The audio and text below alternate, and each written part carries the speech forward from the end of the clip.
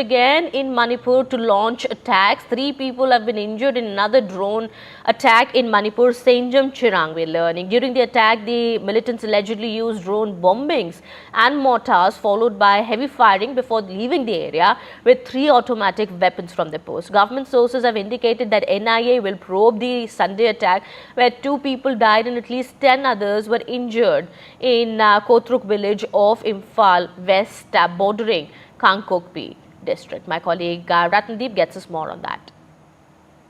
Past couple of months there was a decline in incidents of violence in Manipur, and slowly the state, which has been torn apart by last year's ethnic violence, was limping back to normalcy. But now since Sunday afternoon there is this fresh escalation. In fact, the state government has made a very strong statement. The chief minister a short while back made his first statement through a tweet, and he calls this drone launched bomb attacks as an act of terrorism, and he says that the action will be taken. In fact, a senior minister of Manipur government, Govindas Kandojam, has gone on to actually claim that these attacks are an attack on India's sovereignty. So very strong statements by the chief minister, senior ministers of the Manipur government. Remember, yesterday a BJP MLA from Manipur, RK Imo Singh, had written a letter to Union Home Minister Amit Shah, and there he basically asked the Union Home Minister on the role of the central forces. Remember, the fringe areas between the valley region dominated by the Meitei community and the pockets in the hill region dominated by the Kuki Zomi community. In between them, the central forces are there, where and they are supposed to keep a vigil on in these fringe areas. But if you see, since last afternoon, all these attacks have taken place mostly in Imphal West, bordering Kuki.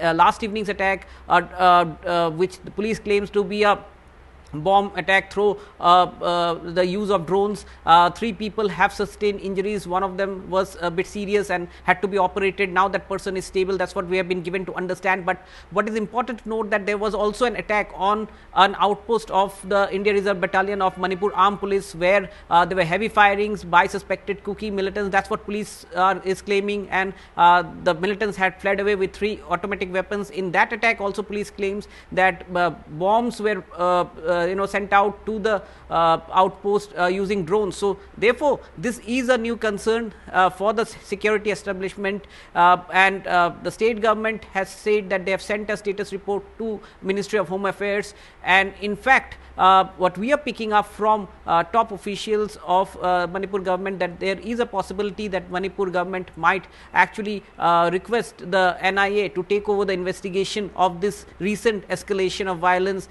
and the involvement of drones into these fresh bombings.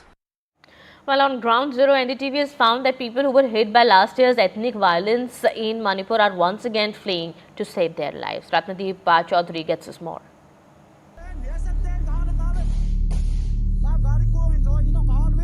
A major escalation in crisis hit Manipur, with the weaponized drones used by suspected Kuki insurgents to carry out an attack in the Imphal West district, leading to 2 deaths and many injuries. An NDTV team at ground zero of the attack, Koutruk village in the Imphal West district, was witness to this charred truck and gutted houses with almost all belongings burned to ashes. The area is still volatile. Intermittent firing and even explosions could be heard at a distance, forcing the NDTV team to take cover.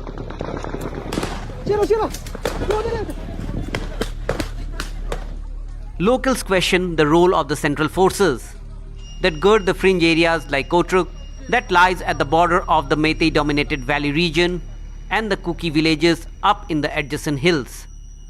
Yesterday was a different strategy for them, using the drone and then dropping. So that was new to us, and then we were not prepared for that. Assam Rifle is there, up there, controlling. So they should have taken the line of them and have the control of the firing from up. The Sunday attack has marked yet another cycle of fear. 34-year-old Thangjam Basant had to flee Koutruk yet again. He broke down while speaking to NDTV.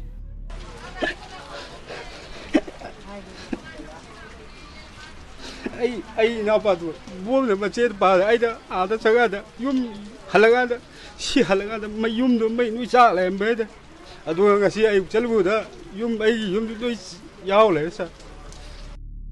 A woman was killed and her 12-year-old daughter injured. The women had come to visit her maternal home. Ngasi ay nganta chatle yumda chalakana mana tarammi ba magi phaktagi upammi phak tharaga upammi moje phak thabagi upambada mana tarammi ba mapajida idagi samdagi noi nappaga lerame yumda pak lakpa phangdabane inamadu ngarang khak lakchabane inamadu. Basant, Anu and many others are now sheltered few miles away from Koutruk in this government school. About 150 people of the village have been displaced. They had faced a communal flare-up last year and had to stay in relief camps for months. Their lives were slowly limping back to normalcy until Sunday's attack. A day before the Sunday attack, Kuki Zomi groups held massive rallies and reiterated their demand for a separate union territory. The Kuki Zomi civil society groups have been claiming their villages being targeted by armed Meitei groups. They fear violence will escalate.